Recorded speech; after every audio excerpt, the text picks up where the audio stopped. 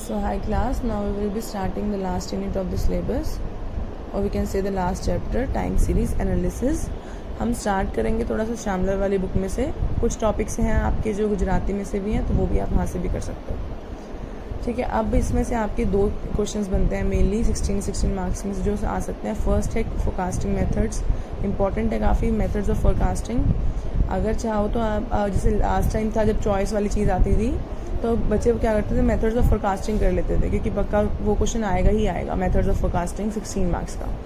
ठीक है, बाकी जो मेथड्स ऑफ फोरकास्टिंग से पहले का चैप्टर है उसमें से एक क्वेश्चन आएगा।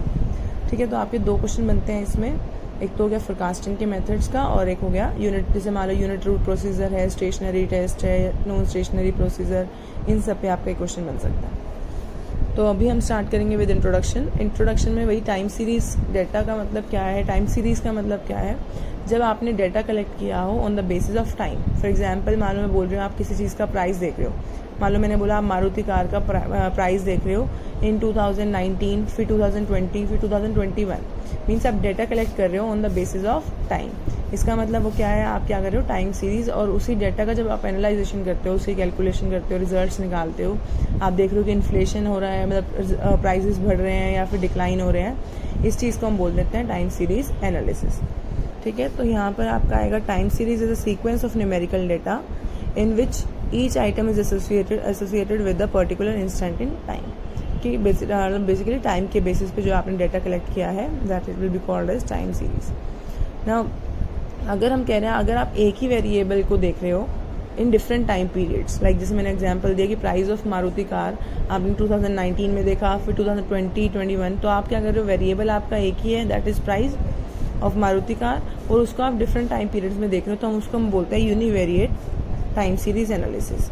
बट हम कह रहे हैं अगर आप मल्टीपल वेरिएबल्स को देख रहे हो, कि मैंने बोला कि प्राइस भी देख रहे हैं हम, उसकी सेल भी देख रहे हैं, ठीक है, प्रोडक्शन भी देख रहे हैं, अगर हम कह रहे हैं 3-4 फैक्टर्स को, 3-4 वेरिएबल्स को हम देख रहे हैं ओवर डिफरेंट टाइम पीरियड्स, हम तो उसको बोलेंगे हम मल्टीवेरिएट टाइम सीरीज और मल्टीपल टाइम सीरीज।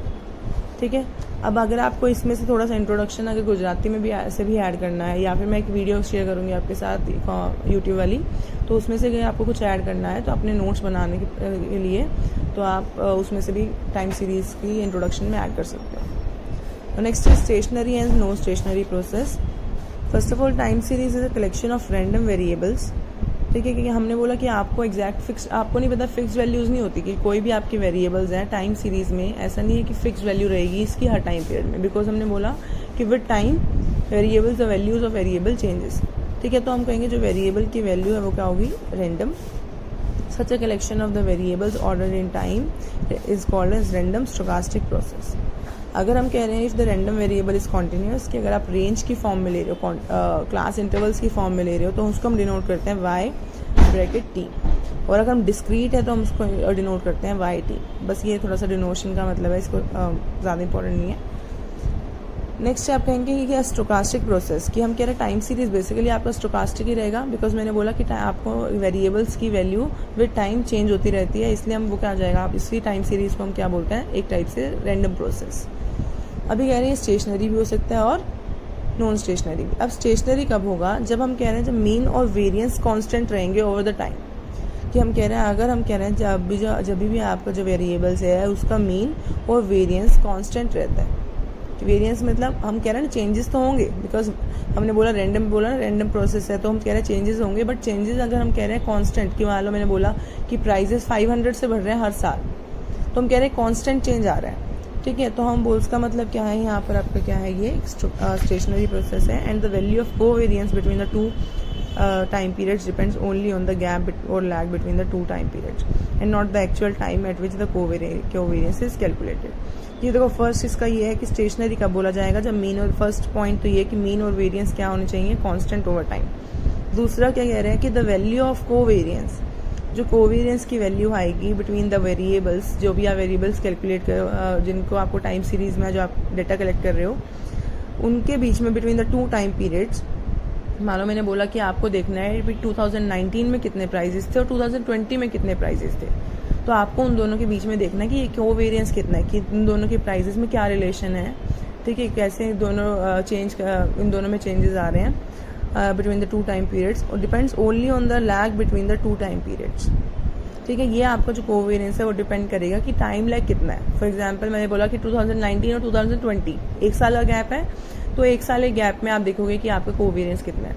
ये कोवेरियंस आपका डिपेंड करेगा कि टाइम गैप कितना है। अगर मान लो मैं बोल रही हूँ 2019 और 2021, तो 2 साल का गैप हो गया। जैसे मान लो सेंसस होता है, उसमें क्या होता है 10 साल का गैप होता है, जिसको हम करते हैं जब डाटा कलेक्ट करते हैं पॉपुलेशन के रिगार्डिंग सेंसस होता है, तो उसमें आपका क्या है 10 साल का गैप होता है। हर चीज़ में 10 साल का गैप लेके चलते हैं, तो वहाँ पर आपका जो कोवेरियंस है वो डिपेंड करेगा जो 10 ईयर्स का गैप आया है आपके डाटा कलेक्शन में।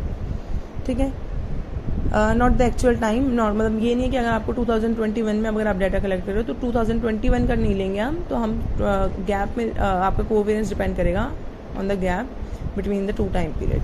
सच a stochastic process is called weakly stationary. Weakly stationary क्यों है? देखो मैंने बताया स्टेशनरी का मतलब वैसे तो क्या होता है कि हम कह रहे हैं कि एक टाइप से कोई चीज़ स्टिल हो जाना, ठीक है, रुक जाना कोई चीज़। हम कह रहे हैं कि हम कहते हैं कि स्टेशनरी मतलब कि मूवमेंट नहीं है उस चीज़ में। ठीक है, तो हम यहाँ पर क्या कह रहे हैं कि यहाँ अगर हम कह रहे हैं वेरिएंस क्या है, कांस्टेंट है। वेरिएंस हम कह रहे हैं कि जब मीन और जो वेरिएंस है वो कांस्टेंट है ओवर टाइम, तो मीन्स चेंज तो हो रहा है ना, चेंजेस आ रहे हैं लेकिन कांस्टेंट चेंजेस आ रहे हैं, तो इसलिए हम कहेंगे क्या है वीकली स्टेशनरी है। बट अगर हम कहते हैं कि अगर ऐसा होता है कि कोई भी चेंज नहीं आ रहा, मीन्स मान लो मैंने कहा प्राइस में कोई चेंज नहीं आ रहा, तो हम दैट इज कि जो वेरिएबल्स है वो इनवेरिएंट है ओवर द टाइम। इनवेरिएंट मतलब कि there will be no change in the values of the variables over time. ठीक है, तो हम बोल देंगे तब वो क्या मानी जाएगी आपकी स्ट्रिक्टली स्टेशनरी। तो वीकली स्टेशनरी का मतलब कि चेंजेस आना बट कांस्टेंट होना, या वेरिएंस होना तो बट लेकिन कांस्टेंट वैल्यू आना उसकी। और स्ट्रिक्टली स्टेशनरी का मतलब कि जो changes probability distributions are invariant over time, कि there will be no change in the values of the variables over time. To explain weak stationary let the stochastic time series will be, अब वही बता मैंने mean क्या होगा, constant हो गया mu, variance हो गया अगर आपकी कांस्टेंट वैल्यू हम कह रहे हैं कांस्टेंट, वेरिएंस का मतलब क्या हो गया इनवेरिएंट। वेरिएंस इसका यहाँ पर इनवेरिएंट मतलब क्या हो गया, वेरिएंस यहाँ क्या है जीरो, कि कोई चेंजेस ही नहीं आ रहे, तो वेरिएंस क्या हो गया जीरो।